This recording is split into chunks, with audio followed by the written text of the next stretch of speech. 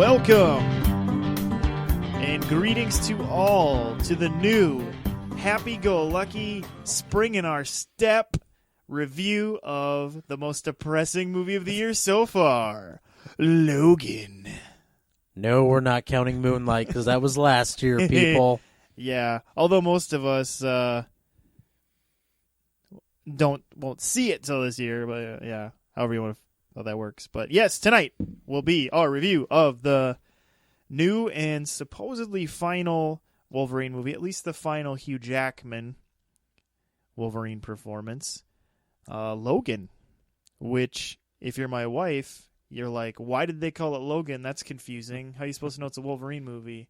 And then I have to go all nerdy. I'd be like, well, everybody knows that the real name is Logan. Jeez. And then my geek shows, so... But yeah. You know, these Wolverine solo movies have been oddly titled.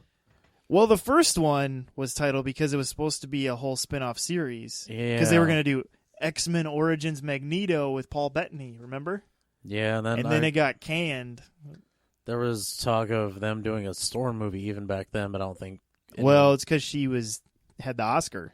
I don't think anybody really wanted to work with Halle Berry that much. And they had plans to do I think a Rogue movie where... Yeah, Rogue or Jean Grey or... I think it was, one where, from what I heard, the Rogue movie would have been her actually getting her powers. Because from the old cartoon from the 90s, she had super strength and she could fly, and I think she could, somehow shoot energy from her hands, and she doesn't do any of that stuff in the movies except touch people. She just touches people very slowly, and then veins pop out. Yes. So, yeah, we're going to be talking about Logan tonight. But first, there's a few little things in the news that could have giant repercussions, if I can get that word out. One being that they're apparently making a Bumblebee movie. And I'm not referring to the cute little insects that want to sting you. I'm referring to the Transformer, everybody's favorite Transformer. At least in the movies, it's everybody's favorite Transformer. Bumblebee. Or however they make their little noises in the movies. Yeah, they're going to do a spin-off movie about him, and it has a director. The director of Kubo and the Two Strings, the big Oscar-nominated movie this past year, Travis Knight. Apparently, Paramount thinks that this stop-motion guy can bring something new to the CGI fest that is the Transformers series. So we'll see what happens there, I guess. I don't really have anything more to say about that. We'll just have to see what happens with this, if Bumblebee can recover from these terribleness that is the past 4, probably 5 Transformers. Yeah, the trailer for this current one only looks good because, well, obviously Anthony Hopkins is narrating over it, and it kind of makes everything just that much better. Yeah. Except for that new Nicholas Hoult movie he's in, where I don't think anybody's going to save that. But anyway, yeah, I don't know. Hey, sometimes a paycheck is just a paycheck, man. Living paycheck to paycheck. That's what Hollywood does. Some of them, anyway. Dakota, there was one other director thing that was worth mentioning. Yeah, this one is actually big news. Mostly because it proves that Warner Brothers... their future lineup of DC-related material isn't completely going to waste. They have Matt Reeves as director for The Batman. Yes, El Batmano. Steven, you're a fan of Matt Reeves. Why don't you tell us about his body of work? I am a fan of Matt Reeves. I am a fan of his body of work. Whoa. Yeah, I had to leave you hanging like, wait, what does he mean? Yeah, most of his movies I've liked. I wasn't the biggest fan of his vampire remake, Let Me In, whatever it's called. Yeah. Which was a remake of a Swedish film called Let the Right One In. But I've enjoyed his movie Cloverfield, the one that's just called Cloverfield, and he also did War for the Planet of the Apes, and the upcoming... You mean the upcoming War for Planet of the Apes? Oh, yeah, sorry, the upcoming War for the Planet of the Apes, And he directed the previous one, which was called... Now I'm confused on what that one was called, though. The first one was Rise. Wow, that's weird. Dawn. I don't know why I could think of that. Yes. Duh. Dawn. So yeah, and then so far War is looking pretty good. So it'll be interesting to see what he brings to the Batman. I think that could be an interesting take. You know, I mean, he took what was a competent movie, Rise of the Planet of the Apes, and really upped the ante and made a really solid movie that relied heavily on CGI monkeys. Although they're not monkeys, but I'm just saying that to prove a point that it relied heavily on something that really couldn't speak English vocally. It made a compelling, great movie. So it'll be interesting to see what he can do with the Batman and bring what tone he'll bring, and maybe they'll finally get the world's greatest detective part right with the Batman movie, which would be nice. Yeah. He's always kind of movie-wise. They've never really made him a great detective, which is what he is. But yeah, as far as I know, I think Ben Affleck still is writing it, and Joseph Magniello, I slaughter his name every time I try to pronounce it. yeah, I think he's still on board. I believe from what I heard, he had already signed some contracts where he was going to appear in multiple films as Deathstroke. He's probably like most of them, where once they got you, they got you. At least for 1 or 2 movies. You know, it's interesting. I'm just throwing this out there, but DC seems to be getting some scary people. Like, scary, I don't mean like physically, like they look scary, but really menacing people to play their villains. Because Joe Manganiello, big guy, big, solidly built guy.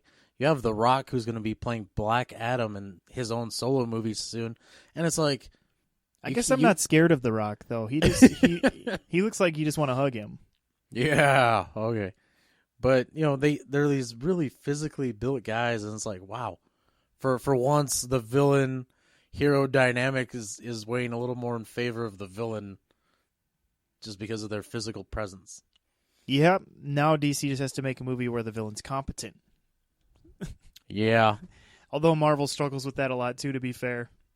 So, yeah, so we'll see what happens there, and hopefully they can get this director to stay on the project, which has been a struggle for them. But just the Flash movie, Yeah, well, yeah. Yeah, so those are kind of some other things, but we should really get into our review of the joyous La La Land movie of 2017, Logan. Oh, let the weary sighs begin. I'm not saying that this movie was bad. It's just there's some moments where it gets pretty dark. This movie was really billed as being the dark one. You know, in part of you goes, okay, yeah, well, they did the same thing with Days of Future Past. That was supposed to be like start out all depressing, but it was still really comic booky. And so you didn't, you know, when they kind of set up the whole dystopian future thing of things dying out. This movie literally is depressing. Oh my gosh. First off, the whole movie is just so real, gritty. Nothing feels cartoony, comic booky. And so it's really a Western. Really set up to have that Western feel where everything's just really gritty and dirty and sad. The film is even set in parts of Texas, Mexico. Where else do they go? Oklahoma. And a lot of it takes place in that kind of southern deserty feel. Yeah. Then oddly enough, for some reason, the movie ends in North Dakota, like the heavy wooded area of North Dakota. Yeah. Yep. So essentially, they just went straight up like the whole middle of the U.S. to make this movie. Into our stomping grounds. But so that's where you come into this movie. And of course, the other thing we all know about this movie is they were going to make it really true to form instead of kind of dancing the edges of what they've done so far with the fact that Wolverine has indestructible, sharp claws come out of his hands. They didn't mess around with this one. They let it go. The fight scenes are very real and very brutal. Yeah, every movie, they kind of had to really ratchet up the violence, it seems like. I mean, Wolverine hardly did anything in the first one. I mean, there was a pretty cool fight at the end, and then the next one, he killed a few military people. Yeah, Still and the whole not, mansion scene. We're going to just step right over the third one because I barely remember that movie. He did kill Jean Grey in that movie, though. Yeah. And then, yeah, you see his like war service record essentially at the start of X-Men Origins, which implies that he killed like probably 1,000 people. Well, he's in every war since the late 1800s or mid 1800s. Yeah, and it's like the violence gets ratcheted up just a little bit more. This one though took it to like an 11. Ooh, Spinal Tap reference. Taking Yeah, it to 11. That's right, man. They took it to an 11. So what did that mean? Really?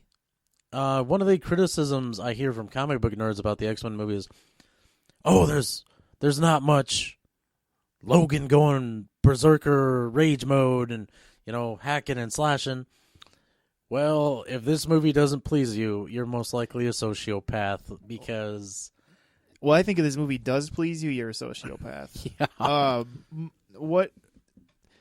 What's interesting, though, is movie Logan always had a side of him that was like hurts people. We'll just put it that way. But he was always first and foremost, you felt him as a good guy. Whereas in this movie, he's just tired. He's tired of everything. He's tired of existence, the world, people. And so it's given him this edge where he just doesn't give a crap about anything, really. And so that's the Logan that you're introduced to as this movie starts. And so they kind of, your character introduction is a guy that is a changed, years have gone by Logan where he's just had it.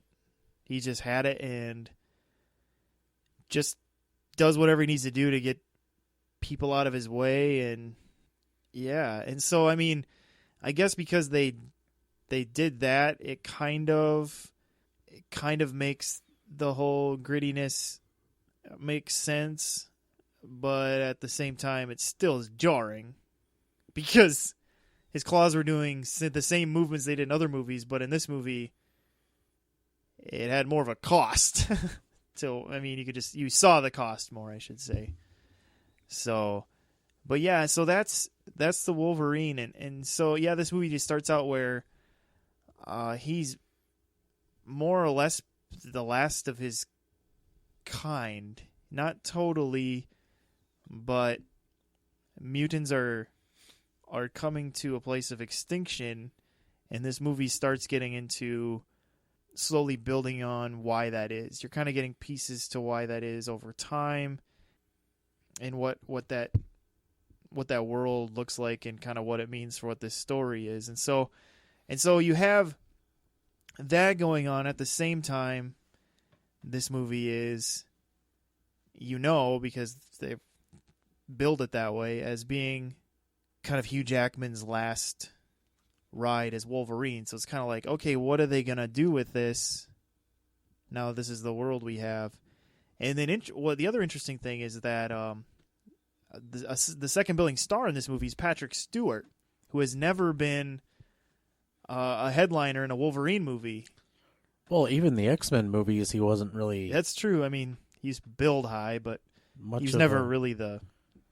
Even in the first one, he hardly had any screen time. It seems like you go back and watch it now, and it seems like he's only in it for 20 minutes. Yeah, well. But so that was the other thing that was interesting in this movie, is that Wolverine always had a reverence for Professor X, where in this movie, they're just two tired old men that just snip at each other.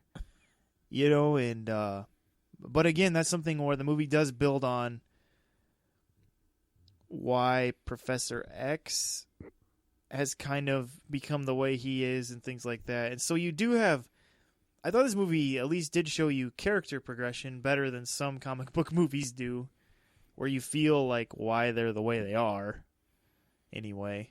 Yeah, both, when this movie starts out, both Logan and Professor Xavier are really a long way from the X-Mansion and a long way from New York. And a long way from their former selves. They're just like, they just feel like different people. And you actually get like a really decent performance out of Patrick Stewart in this movie. And I don't think he's really kind of had to do one. A little bit in Days of Future Past, but it was good to see him in this. I always thought he should be in more movies. Yeah, I think he's a theater guy. Yeah. So apparently he is a competent actor, but this is the first time in a movie where I felt like his acting chops showed. Like you could tell, like, wow, he was really believable in this movie, and I think it was because he wasn't just like the smirking professor in the wheelchair who always kind of had this "I know something you don't know" twinkle in his eye, because that's how Professor X kind of always was, like, "Oh, I know about you" or something, and like or something like that. But it was like there was something more to him, and that something more to him was maybe something that wasn't good, but yeah, I mean, and I feel like with Hugh Jackman too, like both of them, this was some of their better, possibly Hugh Jackman's best performance also in an X-Men movie. I mean, granted, there was a few where he was like in it for 2 minutes, but I felt that way anyway with his performance too. Yeah. So those are, we had those two, and then another main actress in this movie would be a newcomer. I believe her name is Daphne Keane, who plays this young girl that kind of falls into Logan's lap, figuratively, in this movie. And how'd you feel about her performance, Dakota, as kind of this newcomer girl who was in this really heavy, dark movie for her first feature?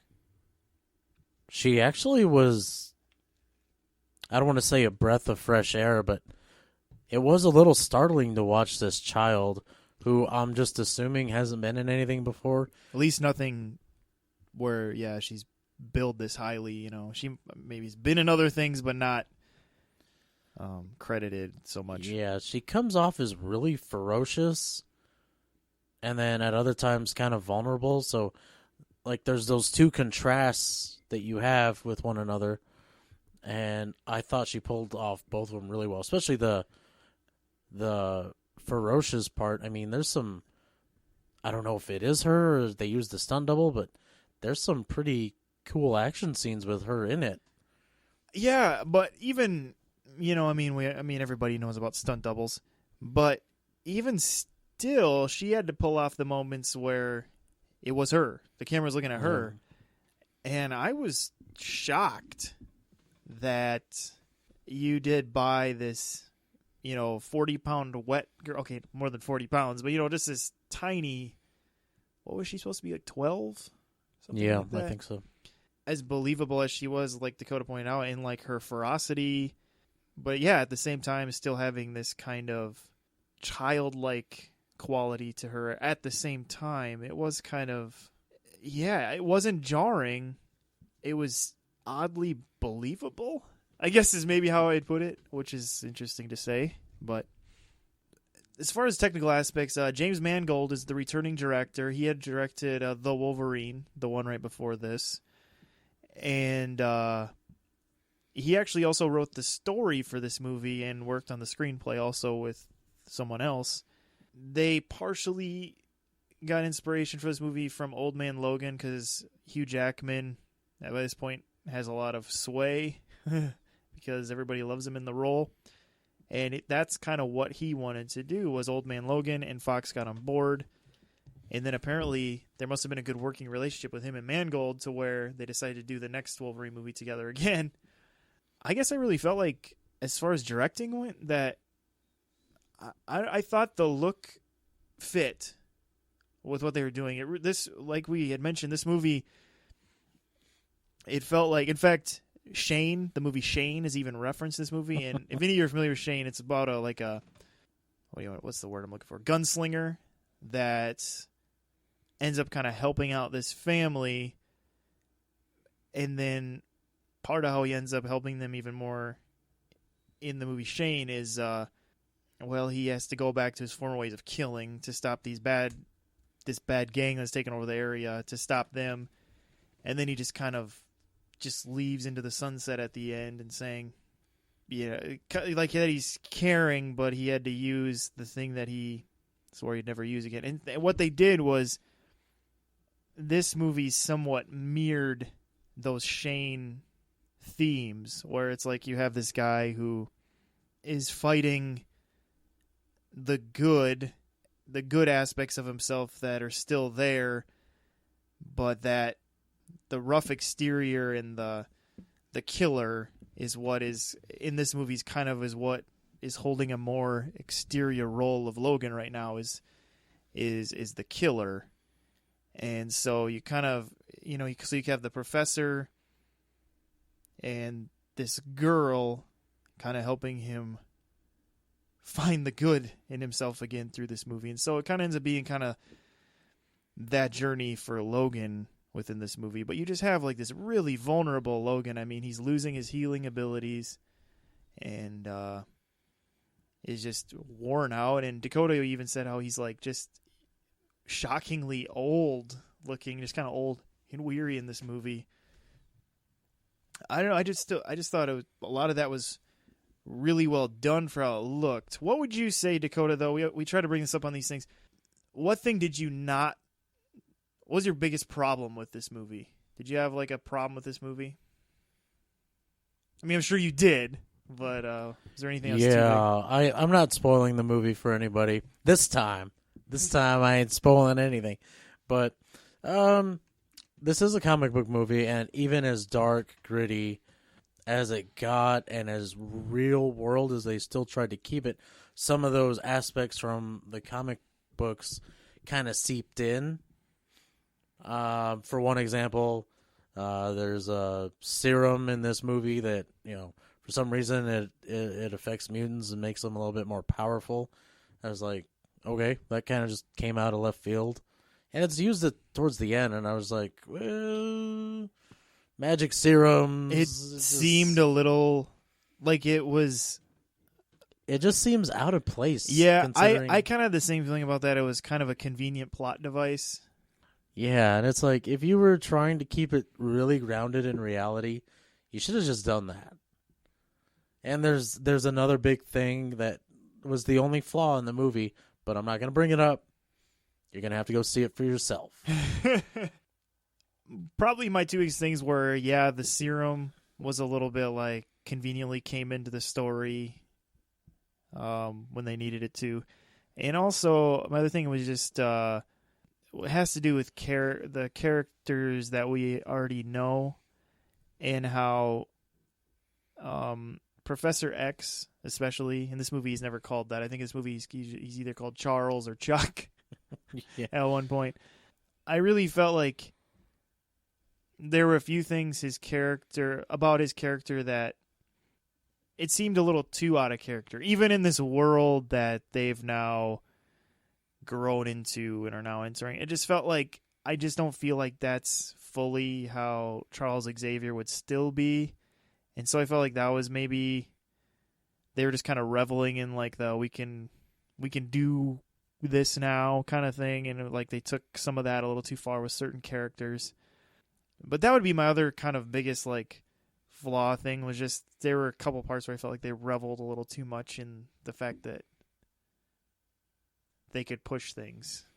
Yeah, I definitely get what you mean. Because some of it, you could say like, okay, yeah, it does make the fact that has claws make a little more sense now. But then there was just a few spots where it was just like they kind of pushed it where it just almost didn't make.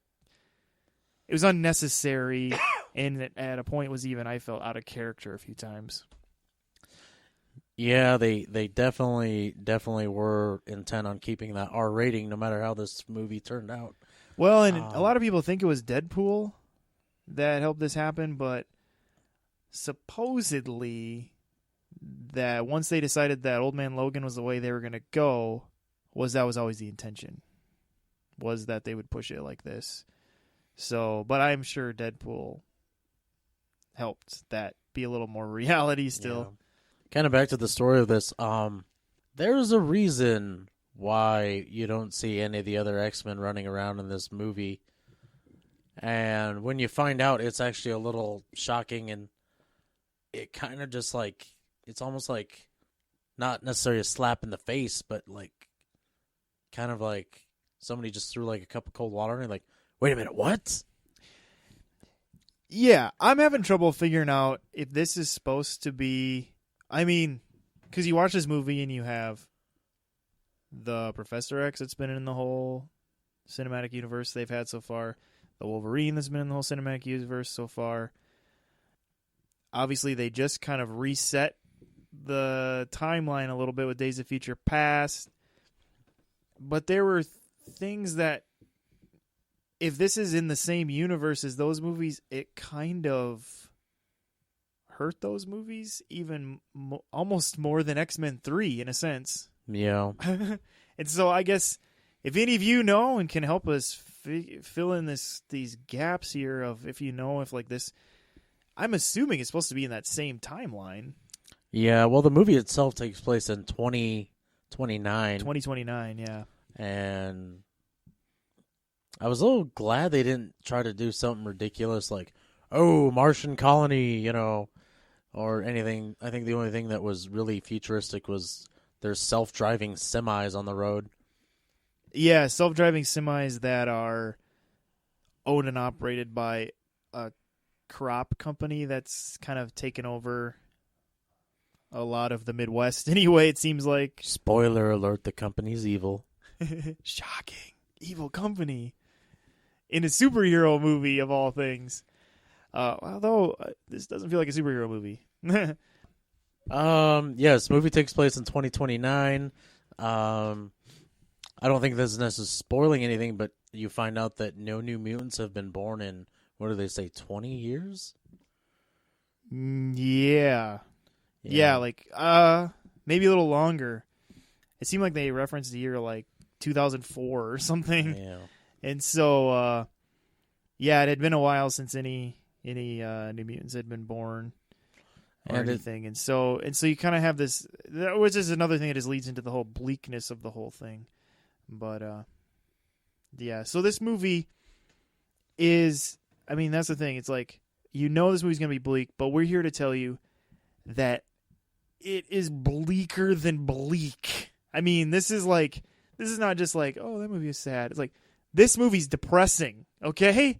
If you went into this movie and you were already kind of bummed out, I would be worried for you. Because this movie might bum you out too far. Especially if you're a huge lover of these X-Men films. Yeah. That being said, though, Dakota, what are your final thoughts? And what are your final thoughts in this movie, and what grade would you give it? Oh, that is a very loaded question, all of them. I thought the movie was great. Very well made. Just incredible performances from, obviously, the two we talked about, Patrick Stewart and Hugh Jackman, and along with the newcomer, I'm sorry, I'm forgetting her name right now. I believe it was Daphne Keane. Daphne Keane. And a lot of the other cast is like people you don't really even know, but they all did a fine job with their parts. Yeah. A lot of extras in this movie. Spoiler alert, they all die. Just kidding. Or am I? Oh, man. No.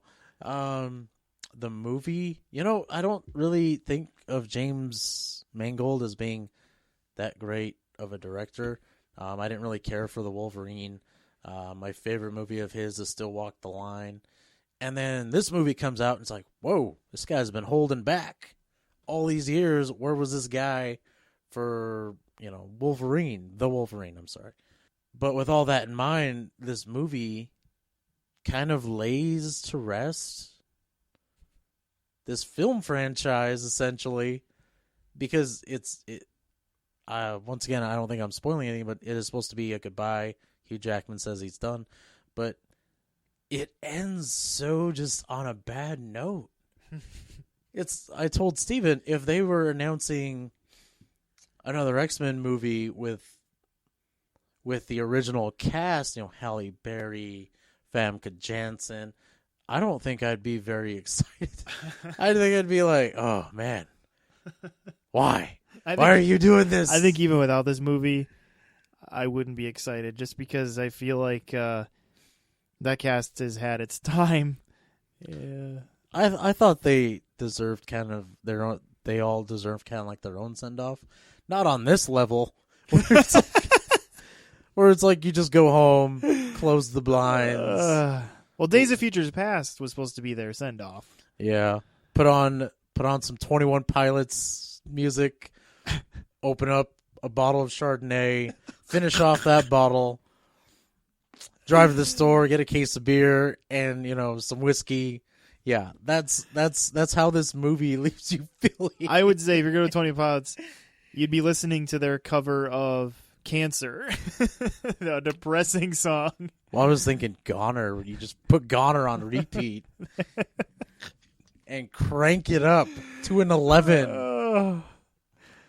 So, all that being said, what grade do you give it then? Oh, I gotta go. Even with those little flaws, I still gotta give it an A. All right, he's going just straight up A? Minor little flaws. Okay. Still great movie. Not sure if I loved it or not yet, but yeah, my final thoughts would be that this movie did everything it needed to do with Wolverine, but just did it in a whole new way. And I'm the same way as Dakota. I've enjoyed a few of James Mangold's movies. I thought the Wolverine was okay up until Act 3. Kind of was like, oh boy. I enjoyed his remake of 3:10 to Yuma, which is also a depressing Western. Yeah. And I do like. I thought his Walk the Line movie was pretty well done, even though nobody can sing like Johnny Cash. But it was still a well done movie. But Dakota's, you're dead on. The look and feel of this movie is better than anything he's directed before that I've seen. And I just thought he did a bang up job. And I think part of it was that this movie wasn't a comic book movie, first and foremost.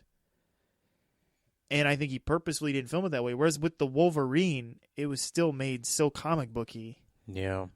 That you felt the little more of the cheese of it. Whereas this one, there was no cheese to this movie at all. And so you really got to see him. You really got to see him bring a vision to it. And, man, James Mangold just makes some depressing movies. Some of those ones we named, Walk the Line is kind of depressing because Johnny Cash had kind of a rough existence.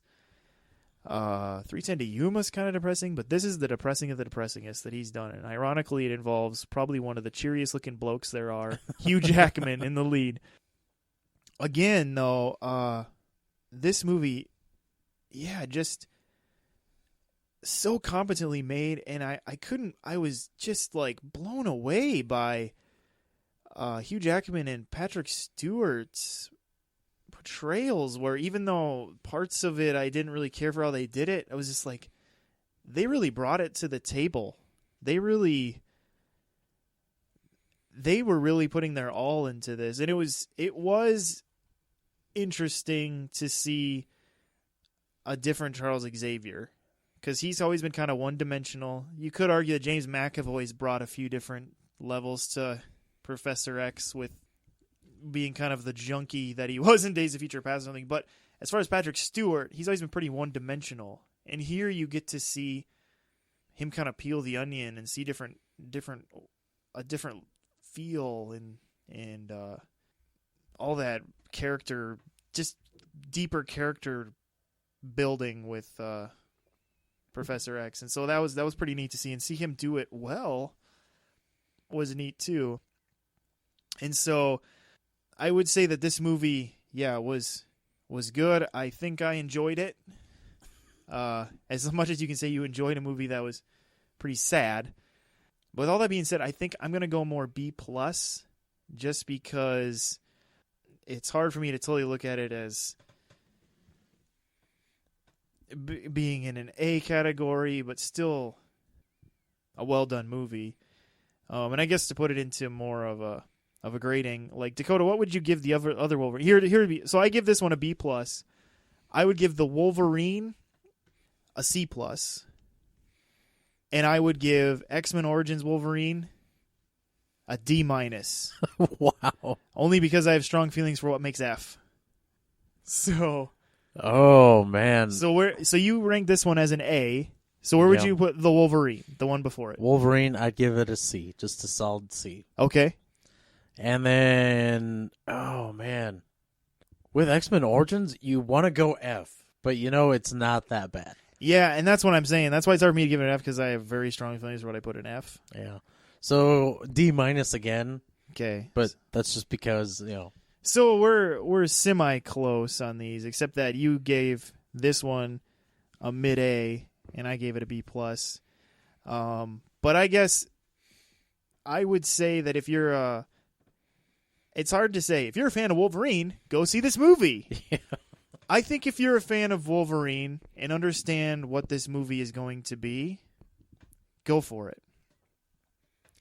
If you're a fan of the X-Men movies, just in general, I wouldn't go to this.